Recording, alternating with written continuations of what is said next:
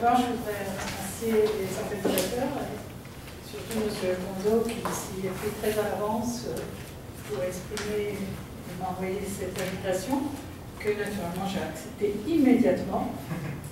Pas seulement parce que c'est Cavaillès, mais parce que c'est le Japon, et que j'aime beaucoup le Japon, et que comme je l'ai avoué hier soir, je suis une fanatique de la littérature japonaise. La philosophie, malheureusement, je ne connais pas, ni les religions, mais la littérature, oui. Donc, c'est un immense plaisir pour moi d'être à Osaka, que je ne connaissais qu'en passant, lorsque, venant à Kyoto, j'avais atterri à l'aéroport d'Osaka.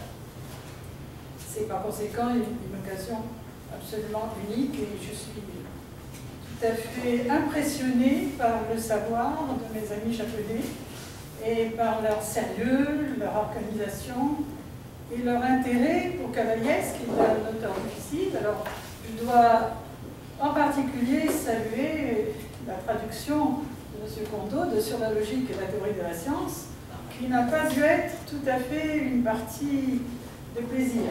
Peut-être une partie de plaisir, mais fort difficultueuse, puisque c'est déjà assez difficile à comprendre en français. Moi, j'ai mis quelques années, mais voilà.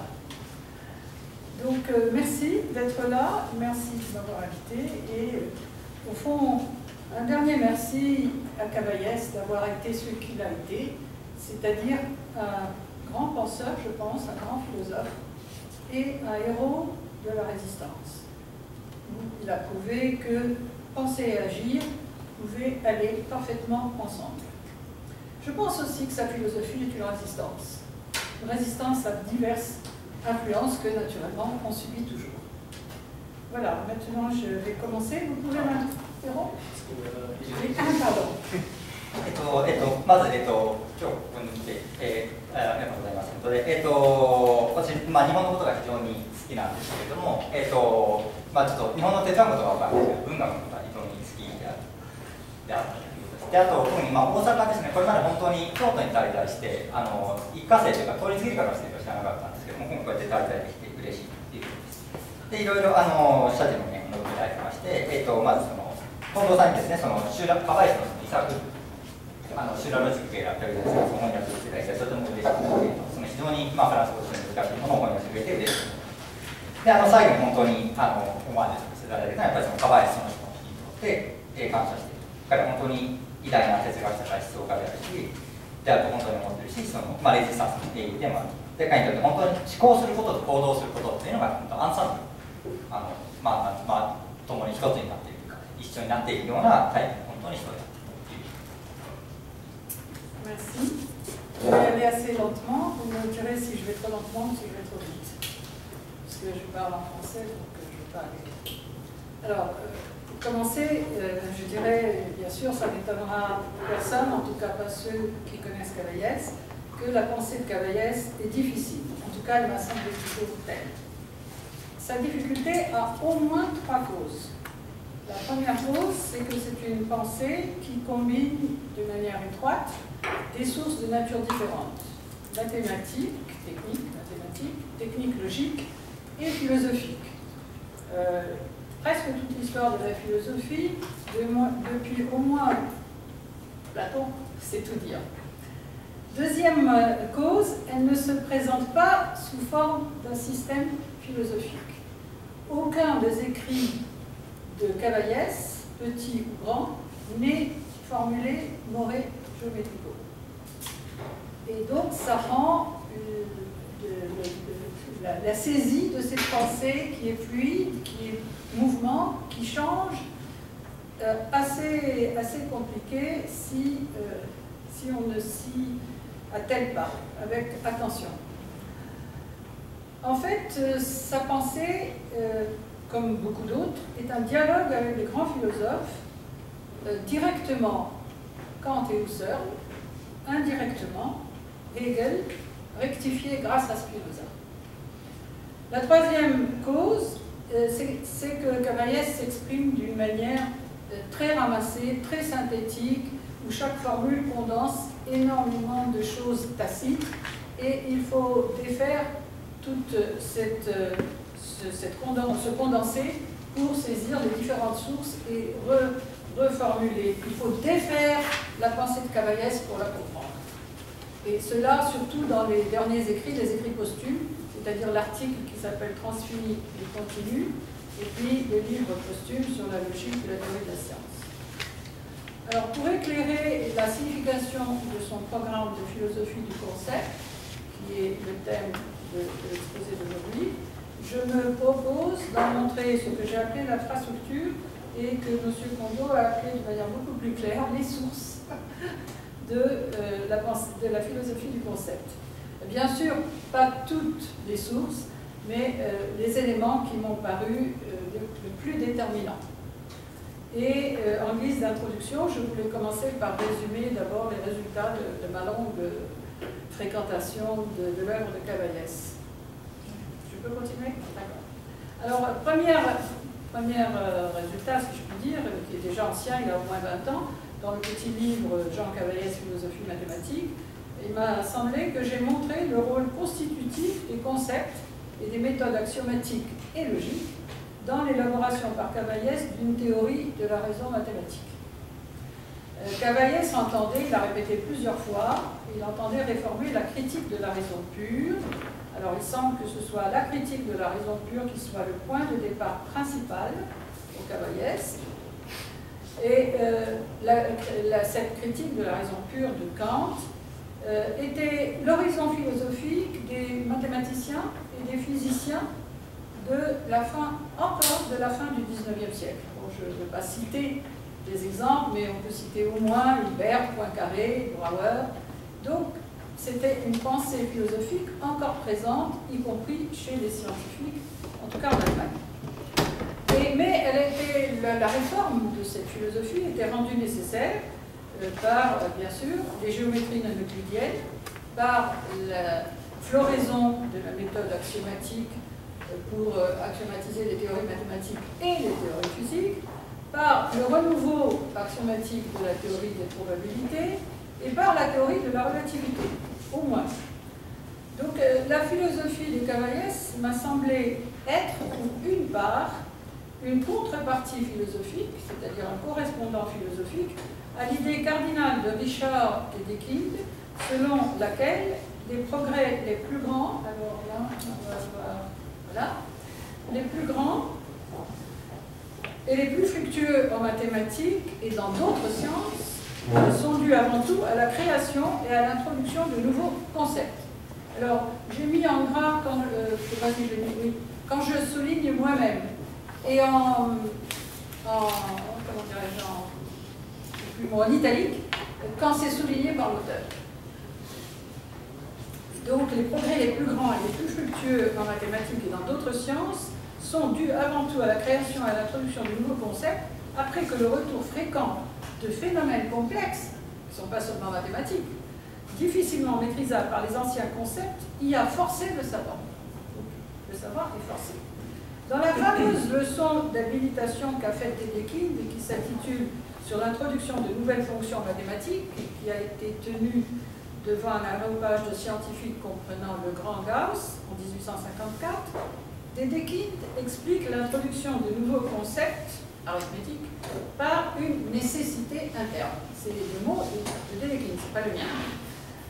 Par le hasard de l'histoire, cette conception d'un développement selon une nécessité interne est compatible avec la dialectique hegelienne, tout en étant bien distincte par son origine, par le terreau où elle est née, d'un côté les mathématiques, de l'autre la philosophie et la philosophie de l'histoire, et aussi par l'analyse de ce en quoi consiste cette nécessité interne.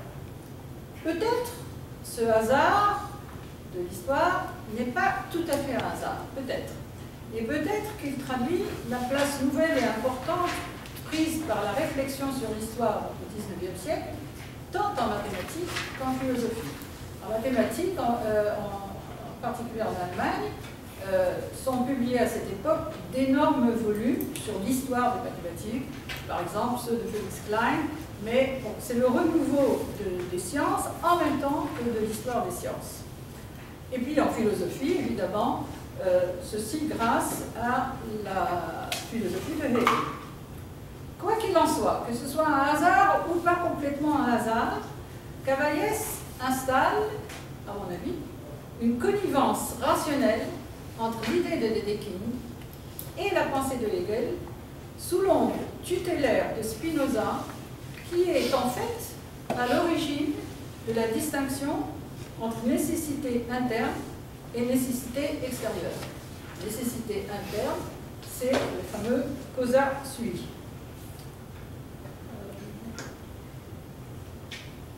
Voilà, on va y venir. J'ai souligné aussi à quel point, pour Cavaillès, qui est un théoricien de la raison pure, c'est-à-dire la raison détachée des circonstances ou des contingences circonstancielles qui l'ont aidé à naître, et qui se détourne du point de vue philosophique, qui se détourne de l'a priori, du transcendantal et de la synthèse de la représentation, et de la philosophie de la représentation, où on a un face-à-face entre sujet et objet. Je précise tout de suite que la première, à mon sens, à mon avis, à ma connaissance, la première critique philosophique sérieuse de la philosophie de la représentation se trouve dans Hegel. Et qui considère la probabilité comme le ressort de toute activité scientifique. Oui, on voit assez. Ce sont des extraits de l'article sur le collectif, sur le Paris, du collectif au Paris. Pour Cavaillès, la marche de l'histoire, aussi bien l'histoire humaine, l'histoire des hommes, que l'histoire des sciences, a constitué un véritable problème philosophique, le défi que posent les contingences à la raison nécessaire. On peut en avoir un témoignage dans une lettre qu'il a écrite à Étienne Borne, et dans laquelle il rapporte qu'il était allé trouver une sœur à Fribourg, à Freiburg, in Breisgau, et qu'il a été très déçu par ce que Husserl ne donnait pas d'importance philosophique au problème de l'histoire. Ça, c'est dans les années 30. Après, la pensée de Cavaillès va évoluer. Alors, avant Hegel, mais surtout avec lui, la philosophie cherche et poursuit le triomphe de la raison nécessaire contre la contingence. Pourquoi?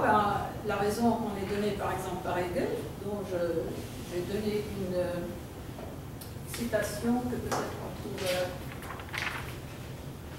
Voilà, non, voilà, ici, bon, elles ne sont pas dans l'ordre, mais ça fait rien. La réflexion philosophique, selon Hegel, n'a d'autre but que d'éliminer le hasard. La contingence est la même chose que la nécessité extérieure, une nécessité qui se ramène à des causes qui elles-mêmes ne sont que des circonstances externes. Alors, bien sûr, il y a une similitude avec Spinoza, mais qui n'est pas totale. Parce que le hasard chez Spinoza n'est que la marque de notre ignorance. Lorsque notre connaissance atteint la perfection, c'est-à-dire la connaissance du troisième genre, eh bien, il n'y a plus de hasard. On comprend la nécessité de Dieu, c'est-à-dire la nature. Deus sive naturalis. Chez Hegel, ce n'est pas exactement la même chose. C'est dans l'histoire que s'accomplit la rationalité. Et la philosophie, finalement, ne fait que porter témoignage de l'accomplissement dans l'histoire de la raison, du rationnel, d'où la fameuse phrase qu'on cite quelquefois, et en tout cas souvent on la comprend de travers, l'effectif est rationnel et le rationnel est effectif. C'est-à-dire que l'histoire est censée être le lieu d'accomplissement de la raison. Mais voilà, pour Cavaillès, c'est encore différent, à la fois de Spinoza et de Hegel. Pourquoi? Parce que pour lui, il est certain que la raison est le règne de la nécessité, mais, contrairement à ce que pensait Hegel, le rationnel ne se réalise pas nécessairement. N'ayant pas la royale assurance de Hegel affirmant l'identité du rationnel et de l'effectif, Cavaillès n'a cessé de réfléchir à ce qui lui paraissait un chiasme insupportable entre la nécessité et la contingence, et ceci dans la vie et dans le développement d'une science. la question philosophique fondamentale qui le préoccupe en ce qui concerne aussi bien le monde des hommes que celui des innovations scientifiques souvent inattendues, totalement inattendues, ainsi par exemple la mathématisation ensembliste de l'infini actuel et du continu, autrement dit la théorie des ensembles.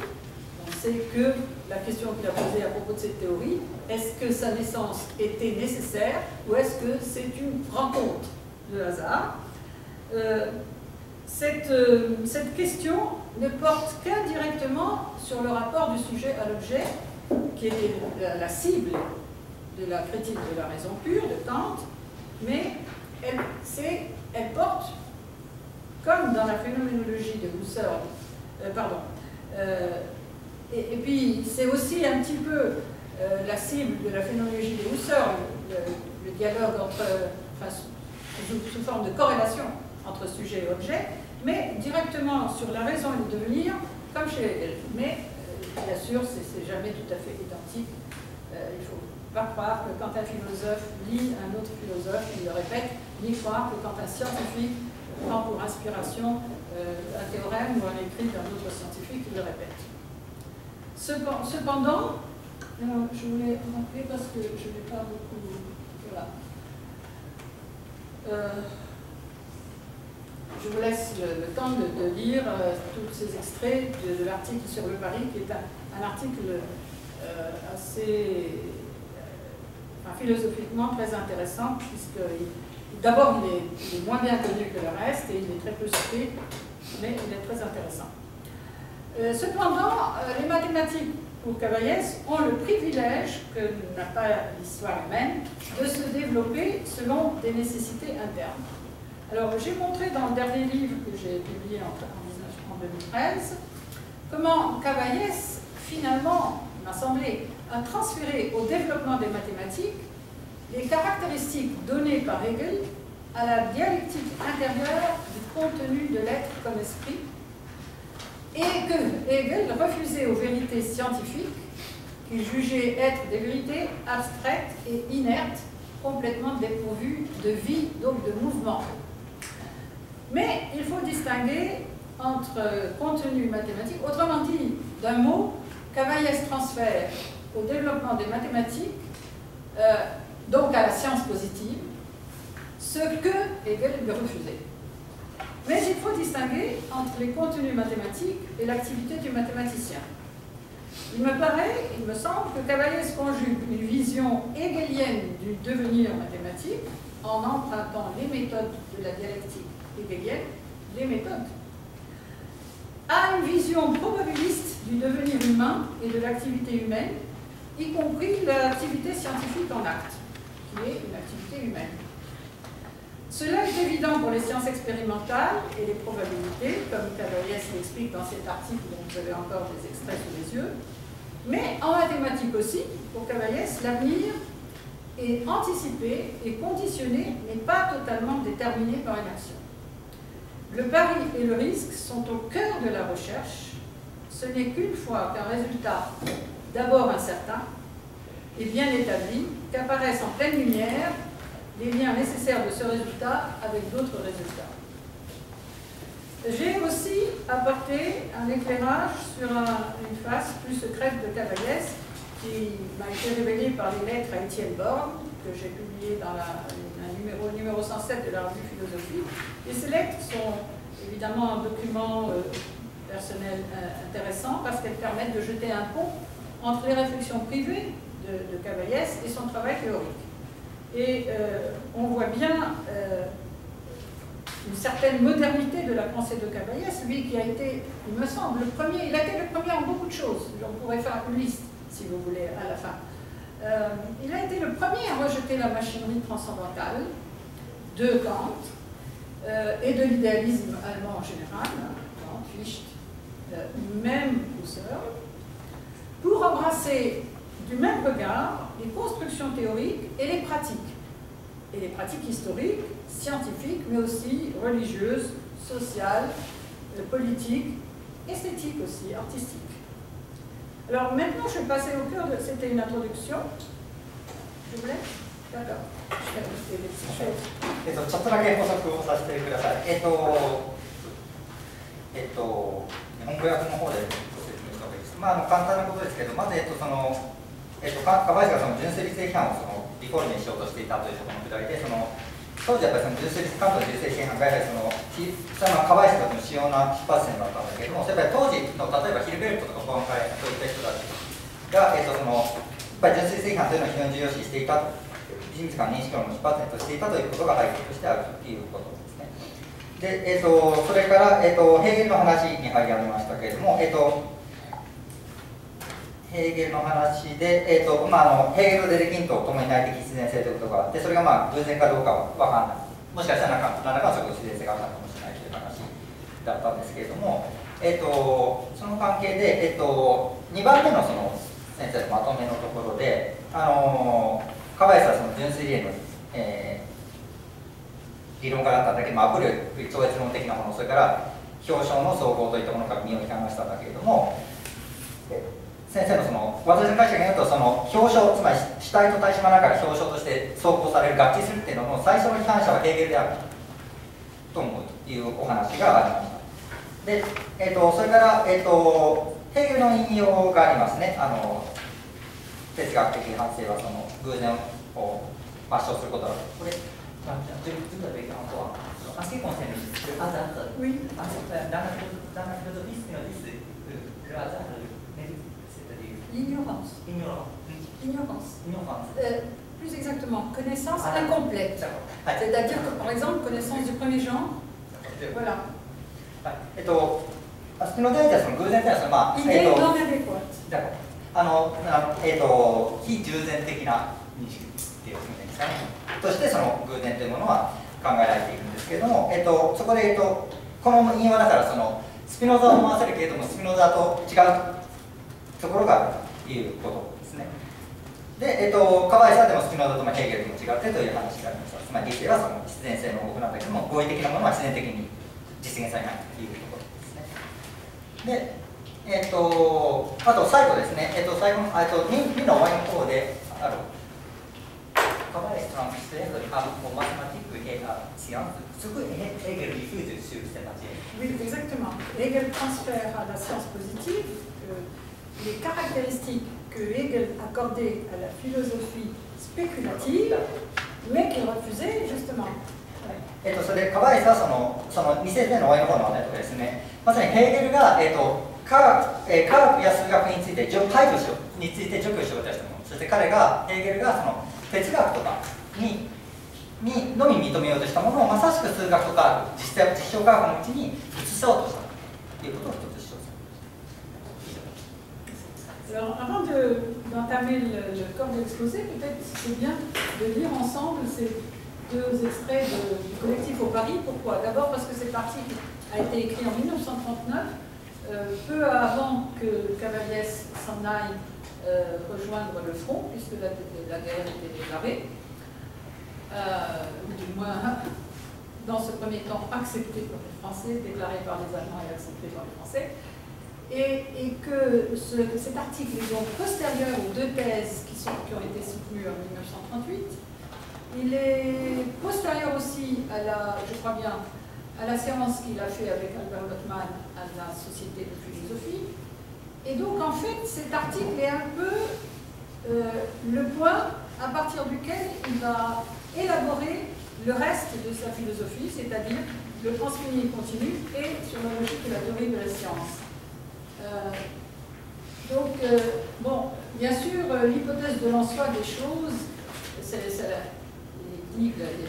le réalisme spontané du savant, il est irrépressible, et même si on ne le veut pas, c'est profondément dans la conscience, mais le philosophe, il n'a pas à ajouter son crédit à cette croyance spontanée. Et alors, je veux bien lire le dernier, c'est pratiquement le dernier paragraphe de l'article. C'est à une réforme profonde de nos idées sur le réel que nous oblige le calcul des probabilités, réforme dont l'ampleur ne doit pas faire illusion. Il ne s'agit pas d'une résurrection du pragmatisme. J'ai sauté quelques phrases. L'activité même de la conscience. Alors, vous voyez, à cette époque, il parle encore de conscience.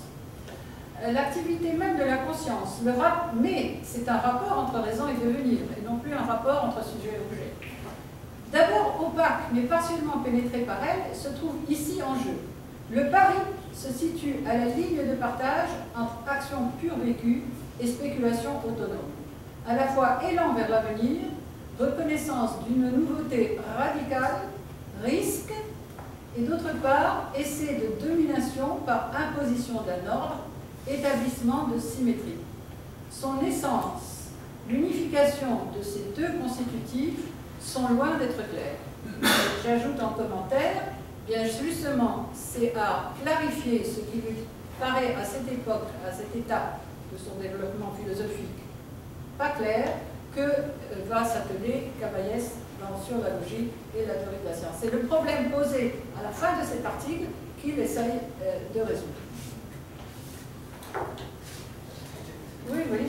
最後のこの、これをから書けという論文についている補足ですけれども、この、まず論文ですけれども、彼がその深津博士論文を書いたその後に書かれたもので、多分ロドマンとの公聴会の後に書いたもので、その後のおそらく河合さんの哲学的な、著作、すなわち超原数と連続体と論理学と学科の議論についてですね、についてのその、出発点というかになった論文であると思うということですね。で、そこの、このこれ最後の部分の引用なんですけども、その太字になっている、例えばそのレゾンとドゥブニール、理性と生成の間の関係というのがあるんですけども、これやっぱり主体とオブジェの関係じゃないということですね、まず言われる。で、最後の、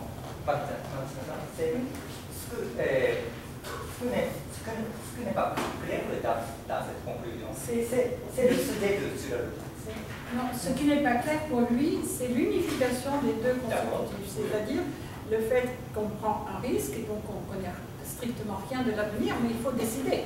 On ne peut pas attendre de savoir pour décider, on décide de toute façon.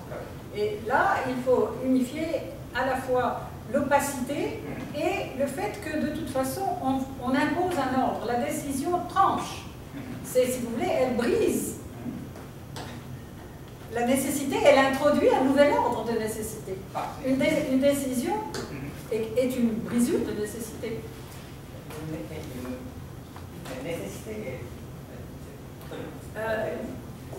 Si vous voulez, je ne sais pas comment. Pour Cavaillès, la science, surtout mathématiques et la physique, c'est l'apport, l'établissement d'un ordre, nous on peut dire de symétrie. Voilà. Mais ce n'est pas comme ça, dans le réel au moment où on est en train de faire la recherche, d'investiguer. Et donc, si vous voulez, voilà. Mais pour retrouver l'unité de ces deux moments qui sont simultanés, ben, voilà, il faut clarifier. Il faut rendre clair. Ce n'est pas absolument clair, a priori, que la symétrie imposée corresponde à la réalité investiguée. ですね、その当時のその現状、1939年ですか、のその現状と、河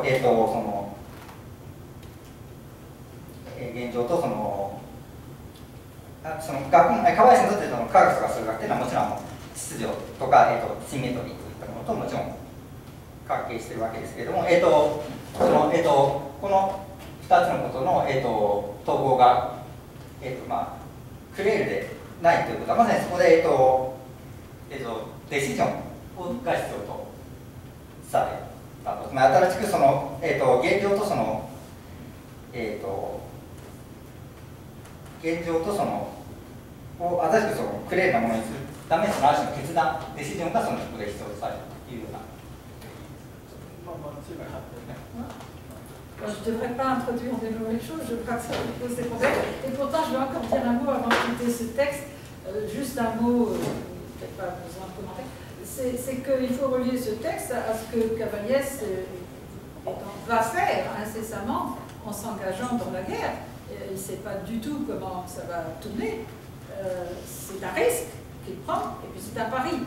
Mais c'est un pari qui est, comme il dit, la seule chose parier que ça va réussir est la chose raisonnable. On n'est pas sûr de réussir, mais parier que ça va réussir est la chose raisonnable. On n'a pas d'autres possibilités raisonnables. かわいそうまさにその戦争で、ここね、アンガージュ、霊視司としてアンガージュするんですけど、まさにそれは一つのリスクであり、かけるわけですね。成功するかどうかまさに、分かんないけれども、でもかけることがレゾナブル、合理的であるという道であるというふうな考えをかわいそうです。Merci beaucoup. Alors donc, voilà, nous allons commencer.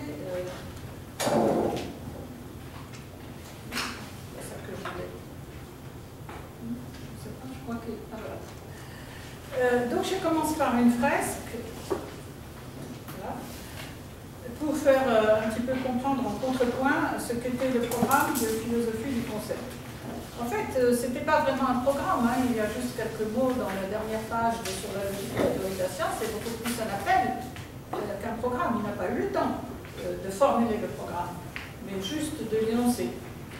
Alors, qu'est-ce qui se joue dans ce programme? La philosophie du concept s'oppose aux philosophies dites du sujet, c'est-à-dire la philosophie du cogito de Descartes, celle du sujet transcendantal de Kant. Alors je rappelle que transcendantal, je ne sais pas si je l'ai dit quelque part là, transcendantal, ça s'oppose à, c'est pas la même chose que transcendant. Transcendantal, ça s'oppose à empirique. D'une façon large et transcendantale, tout ce qui se rapporte aux conditions d'une expérience possible, à ce qui est logiquement antérieur à l'expérience et qui la rend possible, l'expérience. Donc, contre le cogito de Descartes, contre le sujet transcendantal de Kant, contre la substance conscientisée et l'esprit absolu de Hegel, contre la constitution intentionnelle de l'objet par Husserl. Alors, ce sont des 4 options différentes de la philosophie du sujet, dont la caractéristique commune est de placer dans la conscience le foyer de lumière jeté sur les choses et le monde. C'est pourquoi on dit aussi philosophie de la conscience. Mais il faut nuancer. C'est pourquoi je rappelle très brièvement, puisque je savais que la séance était longue, les positions des 4 philosophies que je viens de mentionner, qui se distinguent. Ce sont 4 philosophies du sujet, mais qui ne sont pas identiques l'une à l'autre. Donc on commence par Descartes, qui est sans doute bien connu, et je vous donne là, pour lire pendant que je commente, le cogito. J'ai fait quelques extraits du discours de la méthode des principes de philosophie.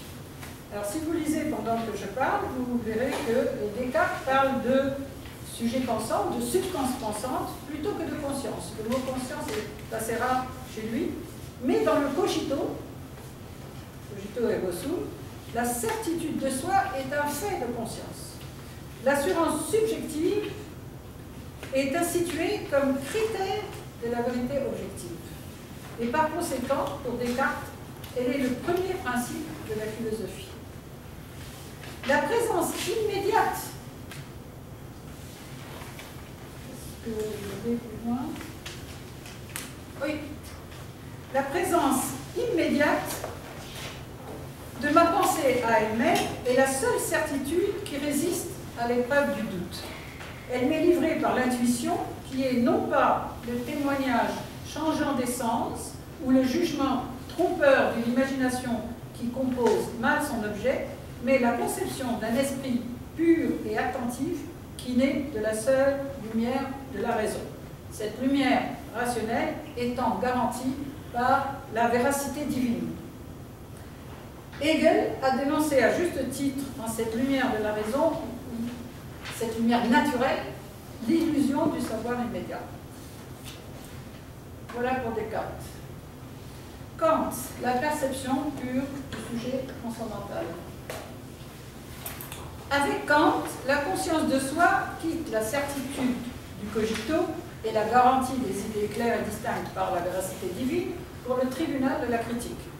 Le sujet se retourne vers ses propres opérations pour les soumettre à une analyse préalable destinée à exhiber les conditions de possibilité de la connaissance a priori de l'objet. Dans l'anthropologie du point de vue pragmatique, je me suis amusée à citer un texte qui est moins cité que beaucoup d'extraits de la critique de la raison pure. Kant observe, bien avant que ne le feront les psychologues, la chose suivante. L'enfant, dit-il, ne commence qu'assez tard à dire « je ». Auparavant, il ne faisait que se sentir. Là, vous avez la citation en entier. Dans mon texte, elle est condensée. Voilà.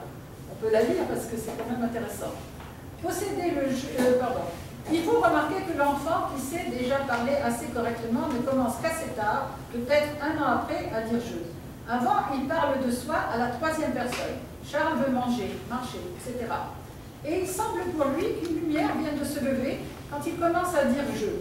À partir de ce jour, il ne revient jamais à l'autre manière de parler. Auparavant, il ne faisait que se sentir, maintenant, il se pense. C'est dans l'anthropologie du point de vue pragmatique. Cette expérience empirique montre que... enfin, cette expérience montre sur le plan empirique ce que Kant va théoriser sur le plan transcendantal. Elle montre que la conscience de soi, qui est naturelle mais pas innée, pas tout de suite, accompagne toutes mes représentations, comme il l'écrit dans la critique de la raison pure. Le texte qui est là n'est pas dans la critique de la raison pure, il est aussi dans l'anthropologie du point de vue pragmatique. La conscience empirique, finalement, c'est-à-dire le jeu empirique, est l'expression en chacun de nous de la conscience transcendantale universelle, définie comme le pouvoir de synthèse qui transforme la rhapsodie du divers en objet d'expérience. Chez Kant, il n'y a pas d'objet tant qu'on n'a pas la perception pure. C'est-à-dire, il n'y a pas... Le divers, c'est un chaos. Et c'est le jeu transcendantal qui ordonne, qui introduit l'ordre, la symétrie, qui ordonne et qui transforme le chaos en unité objective, en objet ayant une identité singulière. Ce pouvoir du sujet doit être soumis à un examen critique pour savoir jusqu'où il va, puisque ce pouvoir du sujet va délimiter la sphère où il règne de manière à respecter l'objectivité, la connaissance objective. C'est-à-dire, quand on va faire une distinction entre penser et connaître. Je peux penser au-delà des limites de l'expérience, mais pour connaître, je dois respecter ces limites. Je ne peux pas aller au-delà. Et au terme de l'examen, bien sûr, là je résume beaucoup, au terme de l'examen, on retrouve l'intuition, comme chez Descartes, on retrouve l'intuition comme lieu de la synthèse. Mais il faut distinguer entre intuition empirique et intuition pure a priori. L'intuition pure a priori étant l'intuition affranchie de la sensation et ne contenant que la forme de la sensibilité. L'intuition pure ne concerne pas les choses en soi, mais la forme de notre perception des choses, la forme des phénomènes, puisque pour Kant, phénomène, c'est ce que nous saisissons de la chose en soi que nous ne connaissons pas, que nous pouvons penser mais que nous ne connaissons pas. Et c'est parce qu'elle ne contient que la forme de la sensibilité que l'intuition est a priori antérieure à toute perception effective. Oui, là, il y a des... Bon, je ne vais pas lire, je vous laisse lire parce que sinon on mettra trop de temps. Je veux juste... voilà. Mais je vous remettrai l'autre tout à l'heure. Il y a écrit Kant dans les Prolégomènes, pour mon intuition, qu'une seule façon possible de précéder, d'être antérieur logiquement à la réalité effective de l'objet et de se produire comme connaissance a priori. C'est de ne contenir rien d'autre que la forme de la sensibilité. C'est-à-dire que cette fameuse synthèse, elle repose sur la distinction entre forme et matière. De l'expérience, j'extrais la matière, mais pour l'extraire, il faut la formater. Je ne peux l'extraire qu'en lui imposant une forme. Donc voilà. Voilà. La forme de l'intuition réside a priori dans notre pouvoir de représentation, sans être autre chose que la manière dont le sujet est affecté. Et là, je vous remets un petit peu. Oui, c'est un peu long, mais bon, c'est. Voilà. Je vais en passer par des raisonnements. Et ce texte, c'est surtout parce qu'on voit très très bien, bien sûr, vous avez transcendantal, mais vous avez aussi la philosophie de la représentation, que Cavaillès va critiquer après Hegel. Je laisse un petit moment, ou bien ça va? continue. Donc si je continue, je passe à Hegel. Bon alors pour Hegel, c'est plus compliqué. D'un côté, l'esprit, écrit Hegel, c'est pas moi qui le dis, est essentiellement conscience. Mais d'un autre côté, la conscience n'est qu'un moment de l'esprit. Alors la grande invention de Hegel, c'est l'histoire et c'est les moments qui se dépassent les uns les autres jusqu'à aboutir au dernier ultime. La conscience est le moment, alors on va avoir une définition de phénomène différente de celle de Kant. La conscience est le moment où l'esprit apparaît à lui-même. C'est le moment du phénomène de l'esprit, l'apparaître exigeant, d'après Hegel, la différenciation de soi, l'opposition à soi, la scission sujet-objet ou objectivation. Vous voyez que ce n'est pas exactement pareil que chez Kant, bien que la conscience ait le bon rôle. Chez Kant, le jeu permet de construire l'objet dans l'intuition, mais quand même de le construire. Tandis que là, on a une objectivation de la conscience. C'est la conscience qui se fait objet, et non pas qui s'approprie l'objet. Donc le mouvement est à l'envers, si je puis dire. Cette objectivation n'est à son tour qu'un moment de l'épopée dialectique de la conscience que décrit la phénoménologie de l'esprit, depuis le niveau de la certitude sensible. Alors là, je ne les ai pas écrits, mais je vais expliquer très brièvement, c'est en note dans le texte. La certitude concerne le fait pour la conscience d'être présente à elle-même. C'est comme chez Descartes, la présence à soi. Mais c'est différent. La vérité est une chose différente. C'est-à-dire que, contrairement à Descartes, Hegel distingue entre certitude et vérité. La vérité, elle, concerne le contenu et non pas la forme de la conscience. Et elle se définit pour Hegel de manière très classique comme adéquation entre la chose et l'esprit. Donc on part de la certitude sensible et on arrive au savoir absolu après avoir parcouru les étapes de la perception du sensible, l'étape de l'entendement. L'entendement, c'est le moment de la négation, c'est celui qui a introduit la distanciation, la différence, le grand séparateur, on pourrait dire, dont l'essence, écrit Hegel, est un jeu qui a en soi un être autre. Bon, cette formule a eu beaucoup de développement dans l'histoire de la philosophie, je ne peux pas rentrer dedans. Et l'autre étape, c'est la religion, et la dernière étape, c'est le savoir absolu, qui est le savoir de l'être dans sa totalité, et qui est une identité de l'objet et de la pensée, c'est-à-dire de l'activité de connaissance dont le résultat est l'objet lui-même.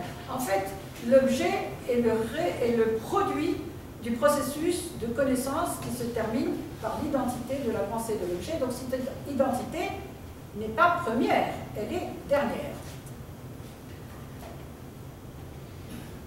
Elle est médiatisée par le processus logique propre à Hegel, qui est le processus dialectique.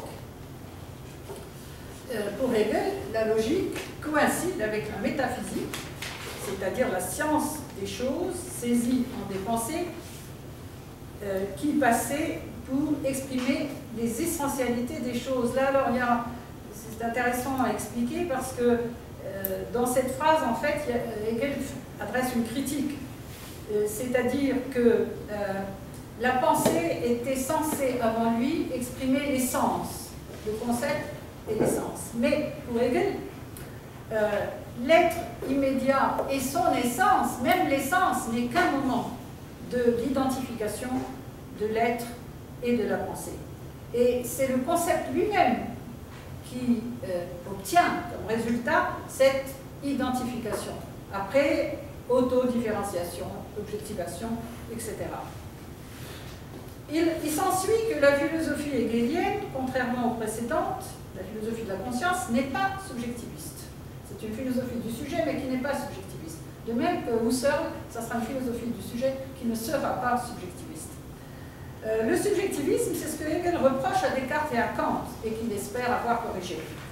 Comme l'explique Bernard Bourgeois, parce que c'était trop compliqué d'amener tous les textes de Hegel, l'idéalisme spéculatif de Hegel qui se dit le miroir de l'être, le miroir de soi de l'être, affirme donc ce que l'idéalisme transcendantal, resté purement subjectif, jugeait impossible, à savoir la saisie rationnelle de la réalité dans et comme la totalisation de soi de la pensée identique à l'être. Autrement dit, la chose en soi, elle est accessible. Elle n'est pas inaccessible comme c'est dans la philosophie de Kant. Vous voyez qu'il y a des différences importantes entre cette philosophie du sujet. Et de même, chez Husserl, les choses en soi seront accessibles. Ou plus exactement, elles ne seront pas accessibles parce qu'elles n'existent pas. Et donc ce n'est pas une chose en soi à laquelle on n'a pas accès, mais tout ce à quoi on a accès, c'est au phénomène, la chose en soi n'existant pas. Il n'y a pas d'arrière-monde. Bon, je vais revenir sur ça. Alors qu'en est-il de l'intuition chez Hegel? Ben, la même chose que ce qu'il en est de l'immédiat. C'est-à-dire que pour Hegel, on parle de la richesse confuse de l'intuition sensible en tant qu'elle est un moment dépassable et toujours dépassé, c'est la fameuse Aufhebung, par la puissance négatrice de l'entendement. Je vous ai dit, l'entendement c'est le grand séparateur, c'est le grand négateur, c'est le pouvoir de la négation, mais de la négation pour une affirmation meilleure, ultérieure. Alors, du coup, les choses ne sont pas complètement séparées. L'intuition et la conscience ne s'opposent pas de manière radicale. L'intuition comporte en elle la dimension de la conscience. Elle est donc liée à ce qui constitue la conscience, c'est-à-dire au processus d'objectivation, au processus de passage de ce qui est conscience subjective à objet, à objectif. De différenciation caractéristique de l'entendement. L'intuition s'oppose de manière relative à l'entendement, mais d'une certaine façon encore moins à la raison, parce que selon Hegel, et ça Cavalier ne suivra pas, l'intuition est une réalisation irrationnelle de la raison.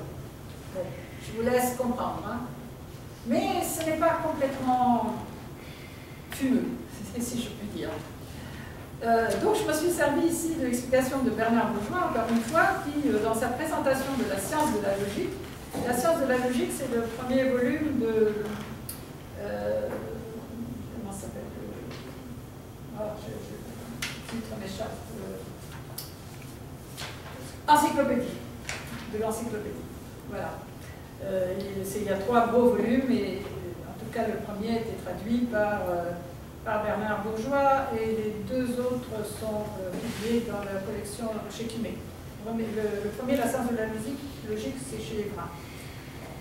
Il explique le contenu de l'intuition est bien en soi celui de la raison, la totalité, mais la forme dans laquelle est cette totalité comme totalité intuitionnée est une forme imparfaite, celle de l'indistinction, de l'identité différente de la différence, c'est-à-dire de l'identité sans différence, puisque la grande invention une des grandes inventions de Hegel qui sera beaucoup exploitée ensuite, c'est la différence. C'est qu'il n'y a rien sans différence. On ne peut rien distinguer sans distinction, c'est-à-dire sans séparation, sans différence. Mais cependant, chez Hegel, si l'entendement est négateur de l'intuition, il est un moment nécessaire et présupposé de l'union rationnelle finale dans le savoir absolu.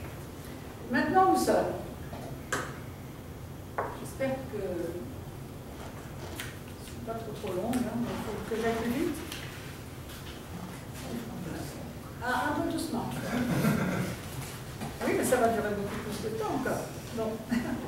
Alors, Husserl, caractérisé par l'intentionnalité de la conscience, c'est-à-dire la corrélation de la noèse, c'est-à-dire de l'activité de la pensée, de l'activité du sujet pensant, et du noème. Le noème n'est pas l'objet, mais c'est je pourrais dire, comment dire, la représentation de l'objet dans l'esprit. C'est-à-dire, le noème n'est pas ce verre, mais c'est la visée, c'est l'image que me fournit la visée de ce verre. Quand je regarde, parce que je ne suis pas toujours obligée, je ne regarde pas seulement ce verre, mais si je fixe mon attention sur ce verre, alors se forme ce qu'il appelle le noème, qui est le corrélatif de l'activité de pensée accompagnant la visée de l'objet. Donc, vous voyez, le noème, ce n'est pas exactement l'objet encore. Et d'ailleurs, c'est très important dans Husserl parce que les identités qui sont visées ne sont pas des identités d'objet. Ce n'est pas ce vers, ce sont des identités de sens d'objet. Pas pareil. Alors, Husserl conçoit sa phénoménologie davantage comme rectification de Kant que de Hegel, quoiqu'il ait emprunté évidemment quelque chose de Hegel. On ne peut pas passer Hegel sous silence complètement, même si on l'aime pas trop, plus ou moins. Ça dépend. La pensée, chez Husserl, n'est pas identique à l'être comme chez Hegel, mais elle est toujours en rapport avec lui.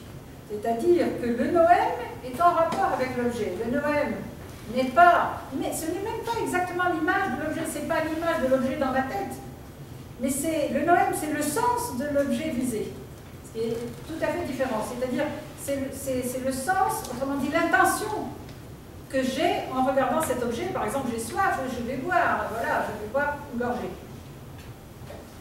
Et donc, le noème n'est pas l'image de l'objet dans ma tête, hein, c'est pas l'empirisme sensualiste. Donc la pensée n'est pas identique à l'être, mais elle est toujours en rapport avec lui. Et dans ce rapport, l'intuition revient en force, comme chez Descartes, elle revient comme mode direct d'atteinte de l'objet, et de ce fait, elle éclipse totalement le concept. Bon, je n'ai pas relu tout seul avant de préparer cet exposé, pour lequel j'ai travaillé spécialement quand même, mais le concept apparaît assez peu jouer un rôle pas de premier ordre chez Husserl. La phénoménologie de Husserl est autant science de l'expérience de la conscience. Je renvoie à un passage des Idéennes traduit par Ricoeur, le premier volume traduit par Ricoeur. Donc c'est aussi, comme la phénoménologie de l'esprit, une science, l'expérience de la conscience, mais en un sens complètement différent.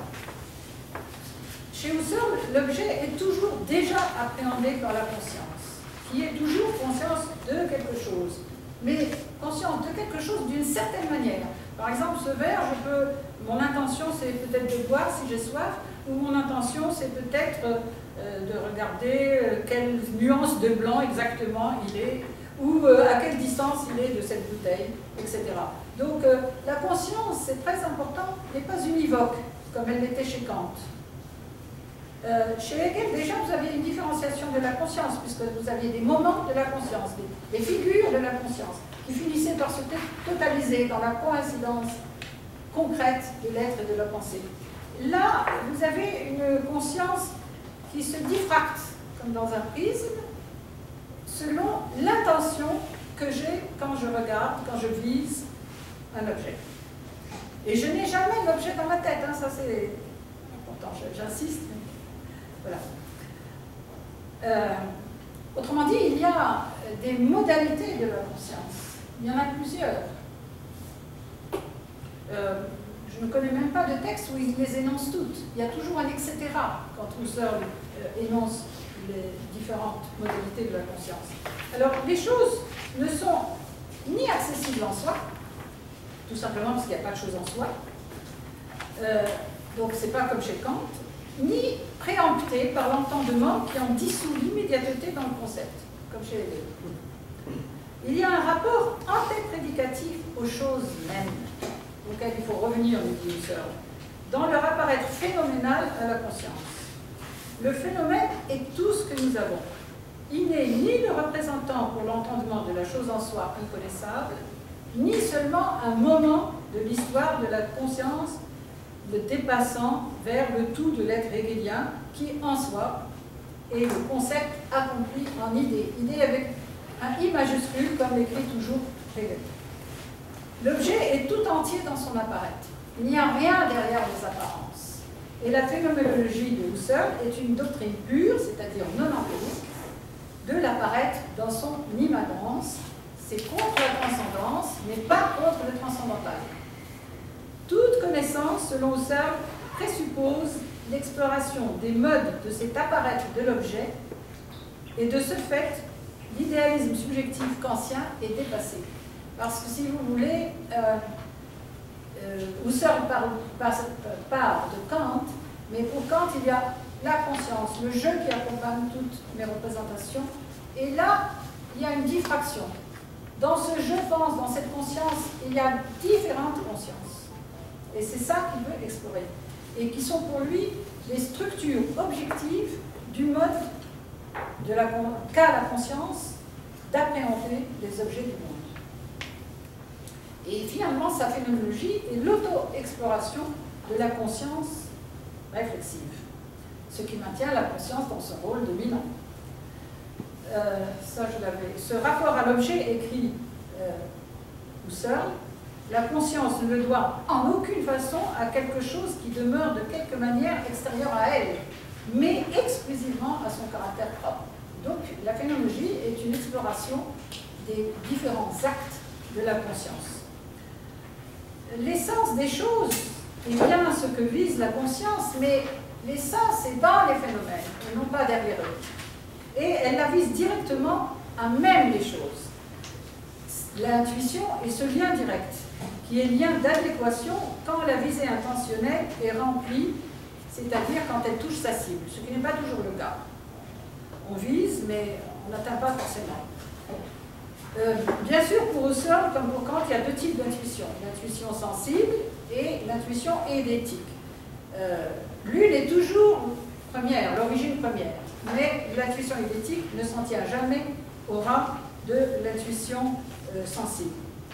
C'est l'essence des phénomènes, ce n'est pas l'être en soi, mais l'être tel qu'il est donné dans la conscience. C'est tout ce que nous pouvons savoir. C'est pourquoi l'a priori, selon Husserl, n'est pas formel. Il n'est pas seulement formel. Il est formel, mais aussi matériel.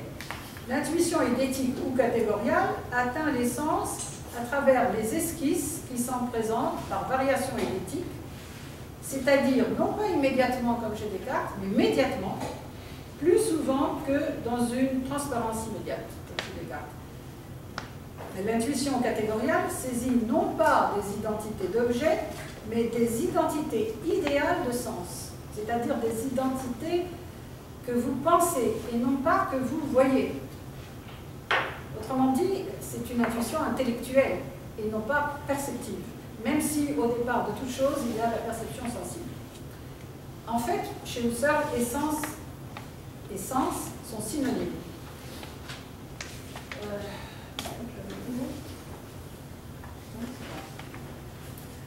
Alors j'en ai fini avec les éléments de philosophie qui sont des sources de Cavaillès, des sources évidentes, mais encore faut-il avoir défait toutes les formules condensées de Cavaillès pour s'en rendre compte. Pour Kant et Husserl, on s'en rend compte facilement parce que sur la logique et la théorie de la science, on peut dire que un premier tiers est consacré à critiquer Kant et la deuxième moitié, je laisse exprès un petit bout entre les deux parce qu'il fait un chemin en passant de Brauer, de Brunswick à Brauer, à Bolzano, et après il arrive à Husserl, mais presque la moitié du livre est une critique de Husserl. Cependant, ce que je veux signaler, c'est que la critique, aussi bien de Kant que de Husserl, est faite à l'aide des instruments fournis par Hegel. C'est-à-dire qu'il emprunte à Hegel les instruments, non pas la vision, non pas sa Weltanschauung, non pas sa vision du monde, non pas son idéologie, non pas sa métaphysique, mais l'instrument de pensée, les instruments de pensée. Alors, les éléments de mathématiques, c'est peut-être plus facile à exposer, je ne sais pas, vous allez le dire. Vous voulez? Oui, pardon. Les éléments de philosophie. Comment? Ah, voilà.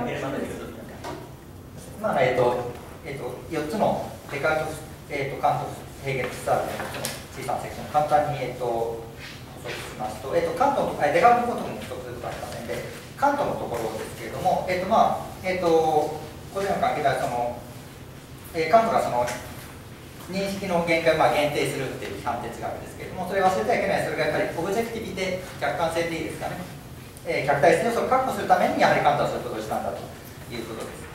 でそれからカントの説明の最後のところが結構重要です。カントの哲学っていうのはやはり一つのリプレゼンタション、表彰の哲学であるということです。で、対象と主体の関係性ですね。でこれを先ほど言った通りヘーゲルが批判するんですけれども、その後カバエスもこの表彰という考えを批判するんだということです。でそれからヘーゲルの話ですけれども、ヘーゲルの、最初に出てきた、主体と対象の分離っていうのはその、一見カントのような表彰の考えに見えるけれども、もちろんヘーゲルはカントを批判しているので、そうでは似てるけども違うんだっていうことですね。つまり、カントの表彰とは、ある種逆の関係がそのヘーゲルのオブジェクティバスムなんていうこれはですかね、これは日本語なんだけどがあるんだということです。でそれからそ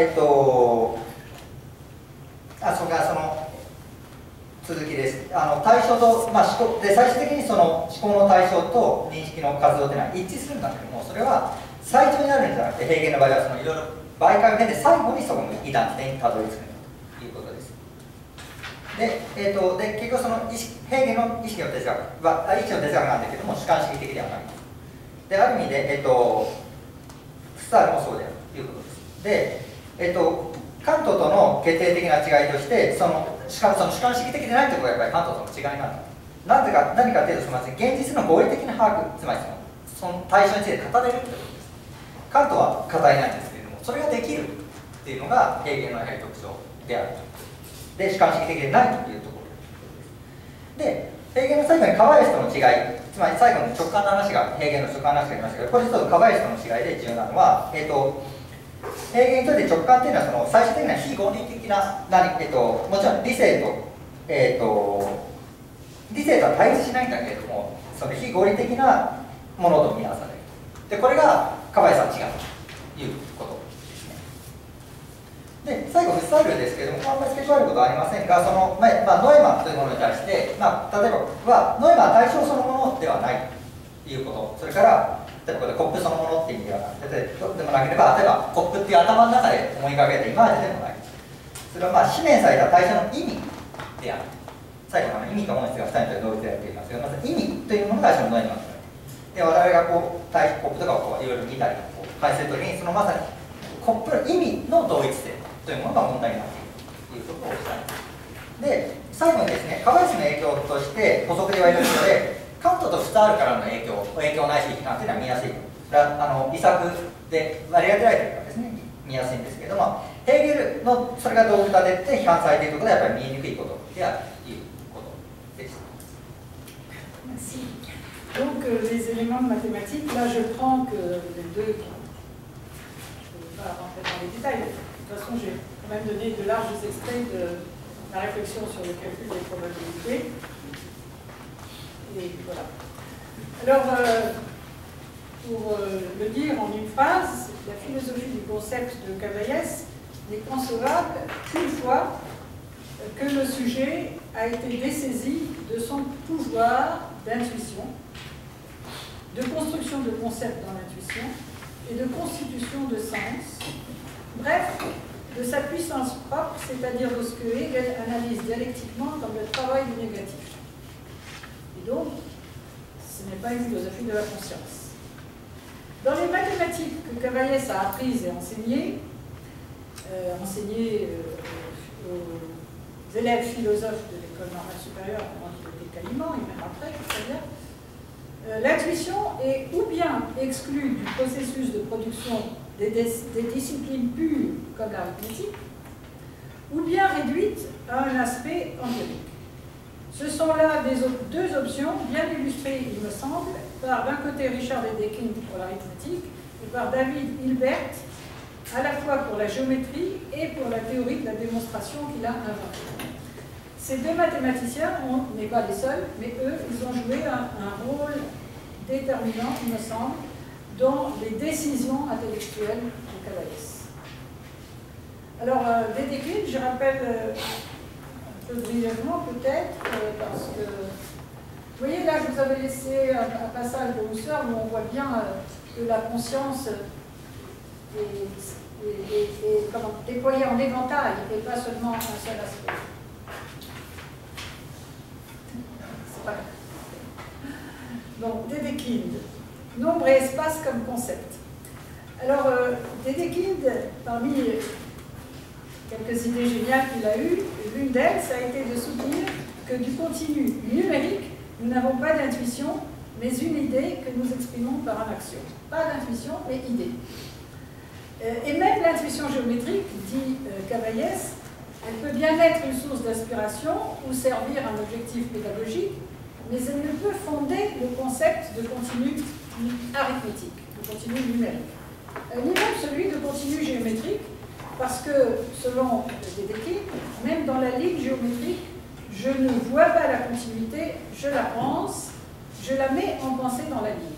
Ce qui veut dire que la continuité est c'est une propriété qui ne va pas de soi pour un espace.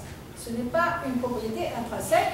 Et deuxièmement, ça veut dire que l'espace ou le continu ne sont pas ce qu'on croit percevoir, mais ce qu'on pense. Ce sont des concepts mathématiques et non pas des concepts empruntés à notre expérience sensible de notre environnement. Dans continuité et nombre irrationnel, Dedekind observe trois choses. Il dit, je résume, mais c'est exactement dans le texte de Dedekind, si l'espace existe réellement de quelque manière, il n'est pas nécessairement continu. Alors, vous voyez, s'il existe de quelque manière, s'il est discontinu, il conserve cependant plusieurs des propriétés mathématiques qu'il partage avec d'autres types d'espaces, en particulier avec les espaces continus. Et troisièmement, rien ne nous empêche de combler en pensée les lacunes d'un espace discontinu pour en faire un espace continu.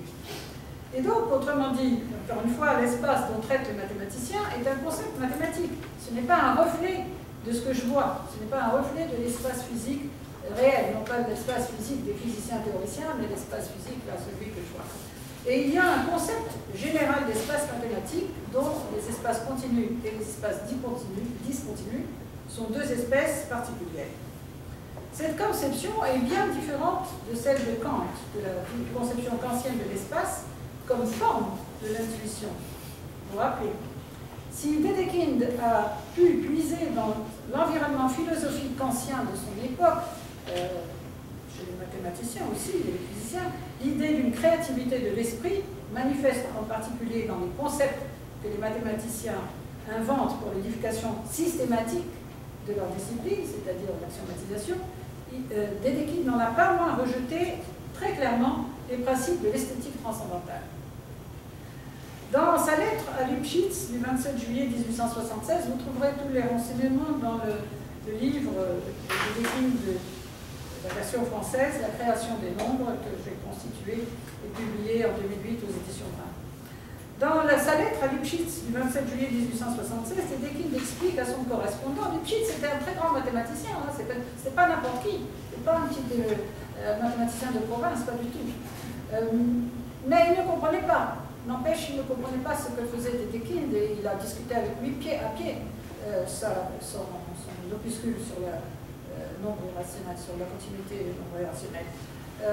Et finalement, il a écrit un traité d'analyse à partir des explications de Dedekind. À partir. Dedekind explique à Lipschitz, premièrement, c'est une évidence trompeuse de croire impossible la représentation d'un espace discontinu. Autrement dit, je ne vois pas la continuité, c'est toujours cette idée de Dedekind. En fait, explique-t-il, les concepts d'espace et de continuité sont indépendants l'un de l'autre, indépendants, et parfaitement dissociables. Et en particulier, il revient à un exemple qu'il donne plusieurs fois, et qui est un exemple merveilleux, c'est que l'espace euclidien n'implique pas du tout la continuité comme une de ses conditions, ou hypothèse, ou postulat, ou propriété. Contrairement à ce que vous croyez, l'espace euclidien n'est pas un espace continu. Dedekind en fait la démonstration que je ne reproduis pas ici.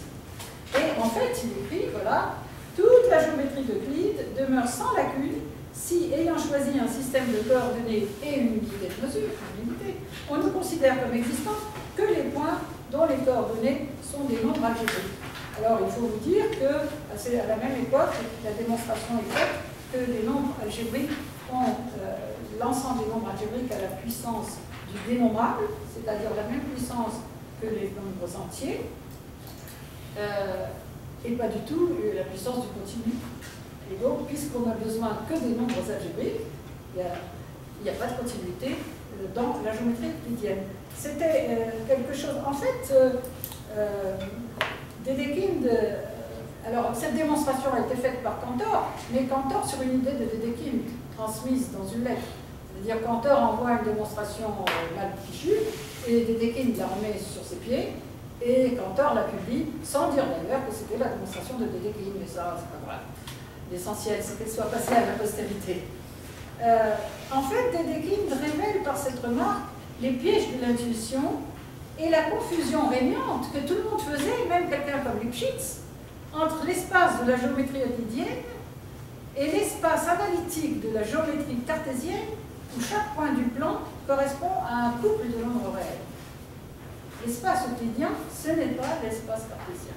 Et ça, Dedekind est le premier à l'avoir remarqué, et cette remarque a fourni la base à Hilbert dans les fondements de la géométrie, qu'il a publié en 1899, et aussi des réflexions de Hermann Weyl dans l'opuscule Das Continuum, qu'il a publié en 1918. Et quelquefois, on trouve dans les commentaires que c'est Hermann Weyl le premier qui a remarqué que le continu mathématique ou numérique ne correspond pas à notre intuition du continu fluent, etc. Mais oui, peut-être, sous cette forme-là, c'est Hermann Weyl, mais l'idée mathématique, elle est en Dedekind, hein, c'est comme ça.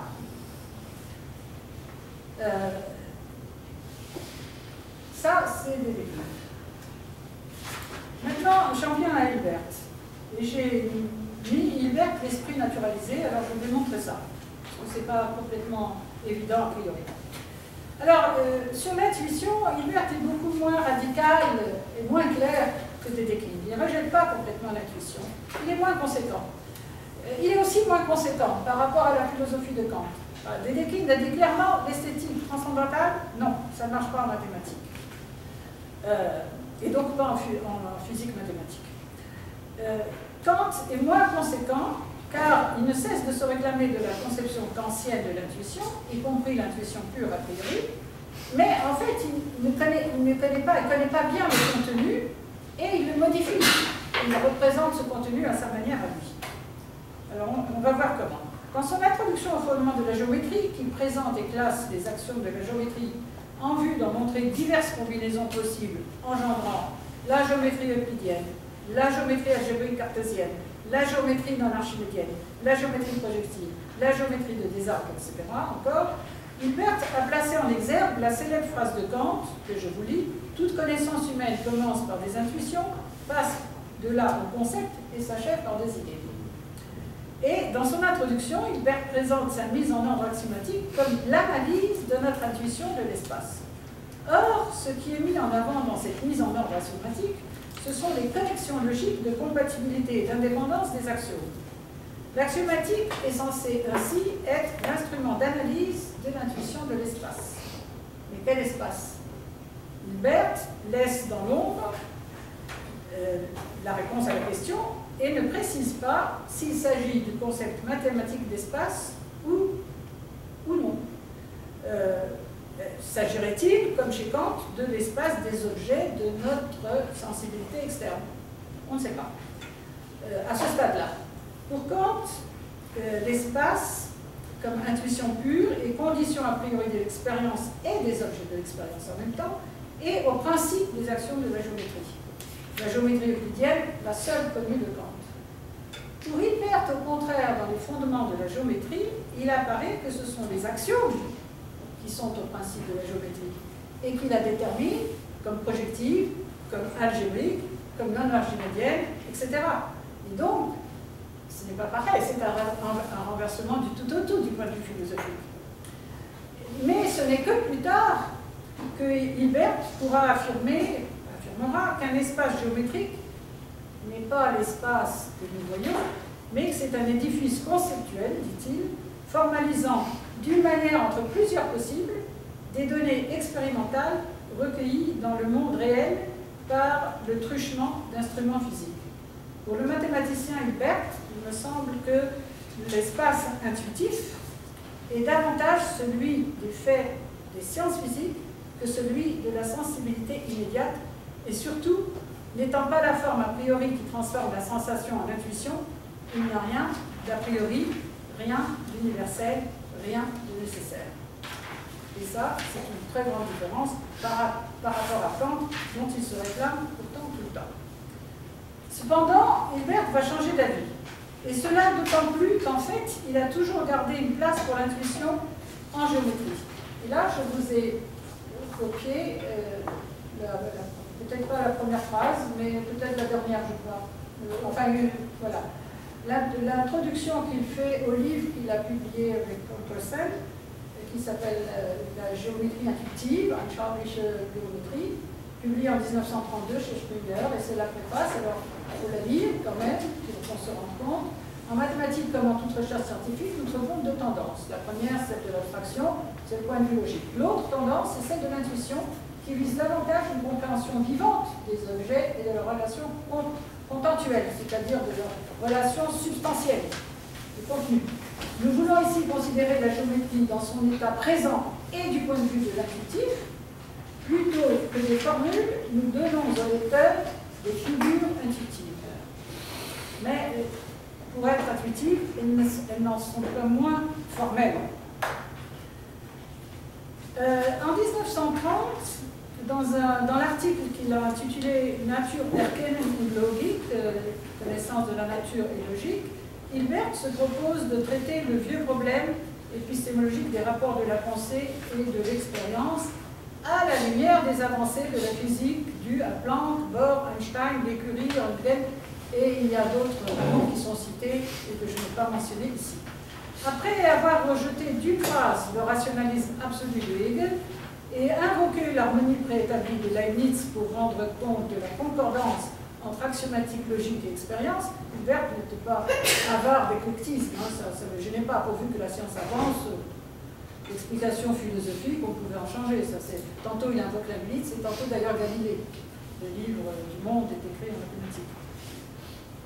Mais quand même, lorsqu'il veut se donner une légitimité philosophique, il se tourne vers Kant, ce qui prouve l'influence de Kant dans les milieux scientifiques de l'époque. Et il dit, Kant ajoute à la logique d'une part et à l'expérience d'autre part un troisième élément qui est a priori, et il écrit que cet élément consiste en certaines connaissances a priori.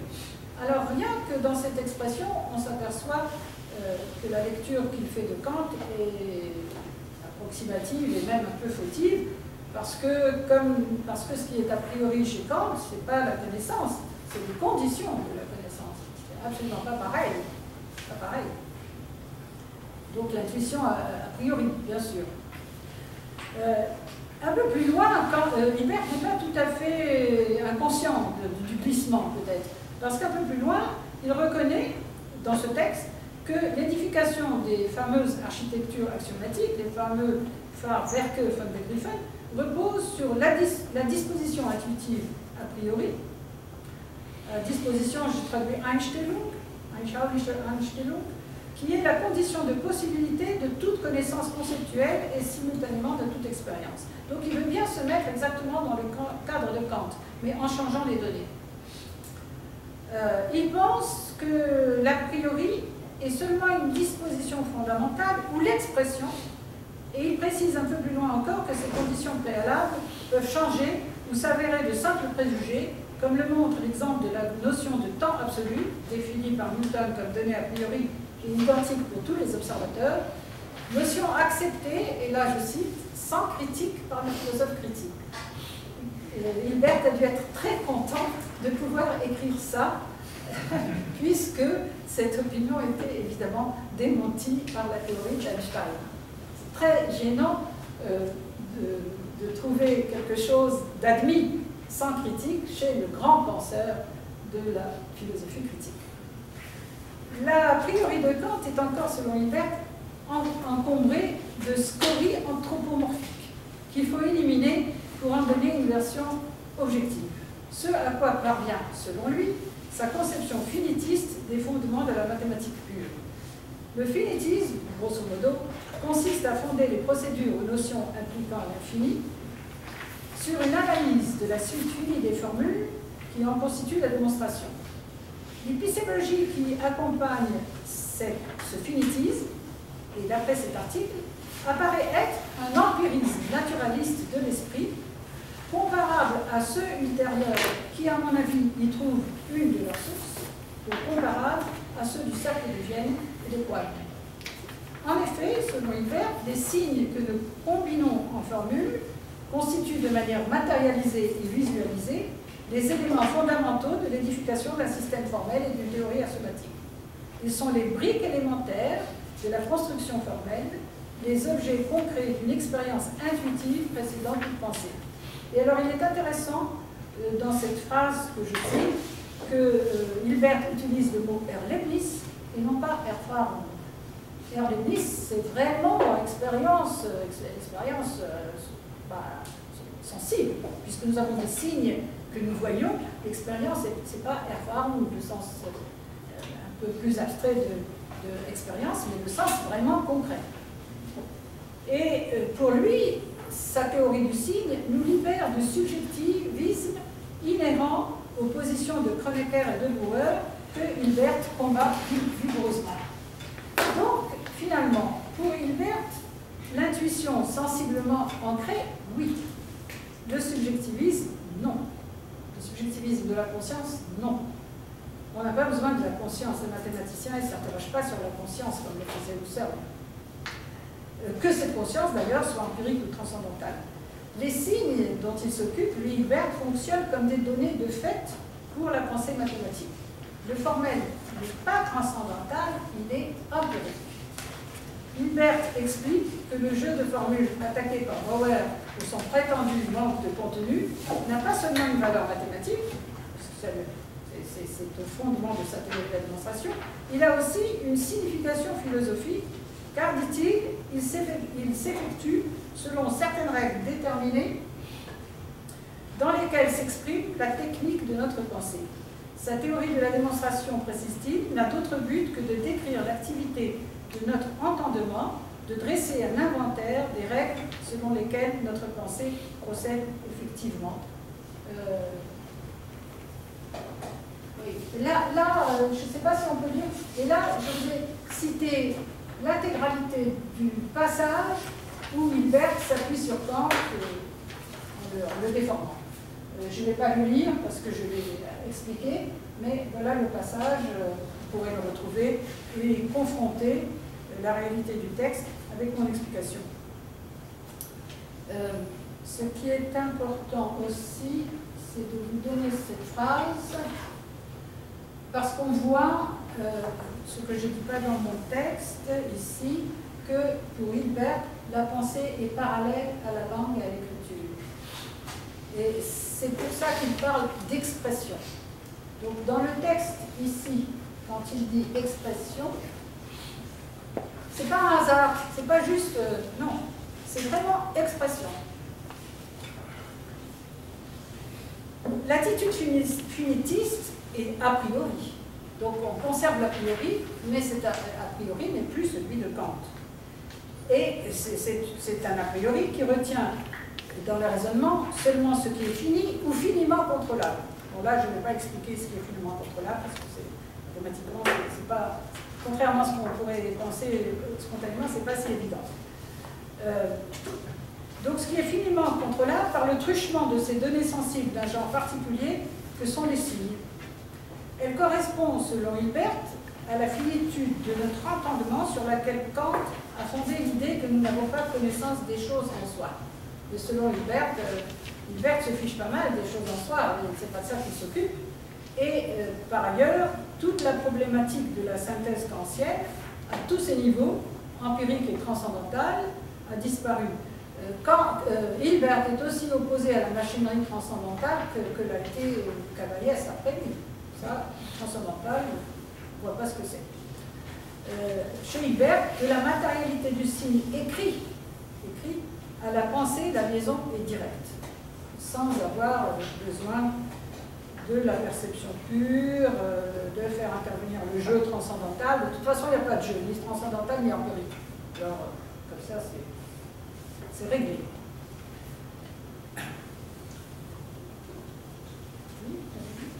今の数学の要素のところですね、ちょっと簡単に説明しますが、その前にちょっとすみません、フスタールのところで、ちょっと1個だけ付け加えておきます。ちょっと一応重要かなと。フスタールの意識のところの話ですけど、で、フスタールにおいて、カントのように、意識がユニフォックではなくて、それは、あたかも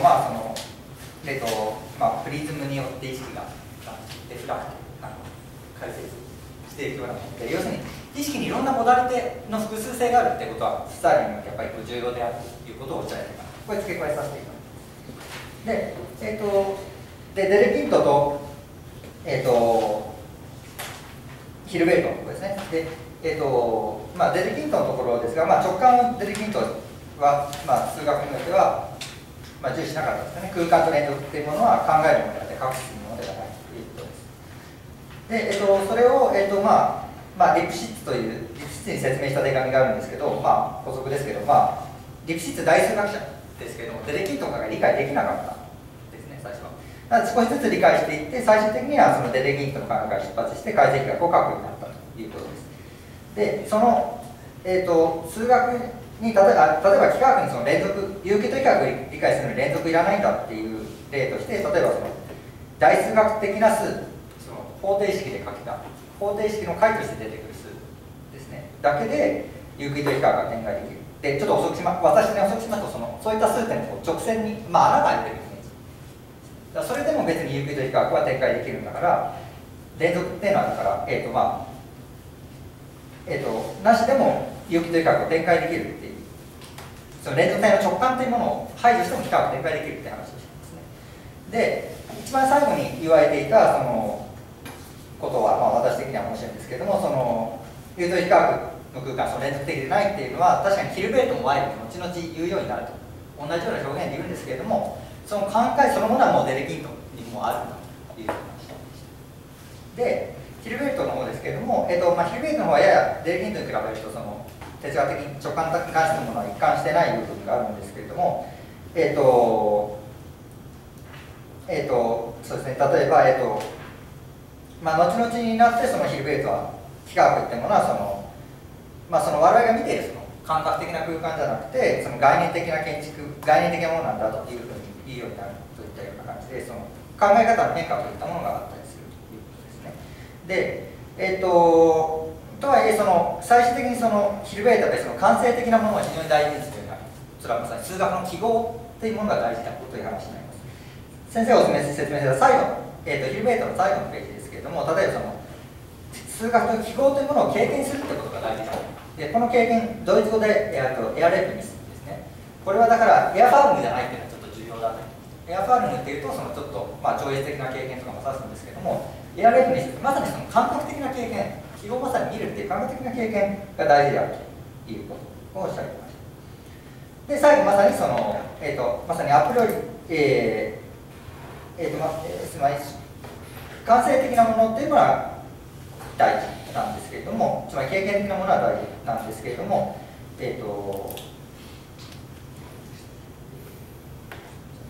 すけれども、そのまさに抱えたものからその思考への一番最後の抱えた記号の物質性から思考への結びつきって直接的であって、そこに純粋知覚とか超越論的な私自我みたいなものは不要であるっていうのがヒルベルトの考え。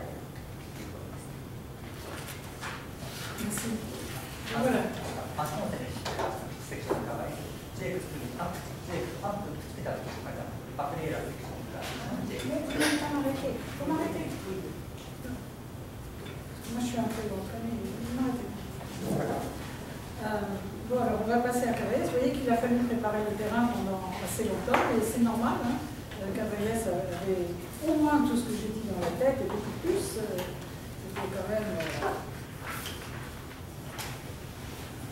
grand penseur et qui connaissait bien tout ce dont il parlait. Il ne se permettait pas de parler de ce qu'il ne connaissait pas. Et il y avait des choses qui étaient le bien commun de la philosophie à cette époque. C'est pour ça qu'il ne le cite pas explicitement. Par exemple, il critique Kant, mais sur la logique de la théorie de la science, il n'y a pas de passage de Kant cité, comme moi j'en ai cité là, pour des raisons pédagogiques. Et il n'y a pas non plus de passage de Spinoza cité, comme ceux que je vais citer tout à l'heure, pour des raisons pédagogiques. Non. Les seuls passages qui sont cités sont ceux de Husserl. Et il y en a beaucoup qui sont cités. Et pourquoi? Mais parce qu'à l'époque, dans les années 30, 40, la philosophie de Husserl était toute neuve, elle n'était pas connue. Et lui-même, au moment de rédiger sur la logique de la science, il a demandé qu'on lui envoie dans sa prison les œuvres de Husserl. Et donc, c'est à peu près la seule chose qu'il avait sous la main, dont il se souvenait, parce qu'il avait bien sûr une très bonne mémoire. Et là, il a cité parce que ce n'était pas encore classique, si vous voulez, ce n'était pas connu. Mais pour Kant, pour Spinoza, il ne cite pas. Et pour Hegel, il ne cite pas, mais pour une autre raison que je vais avoir l'occasion de dire.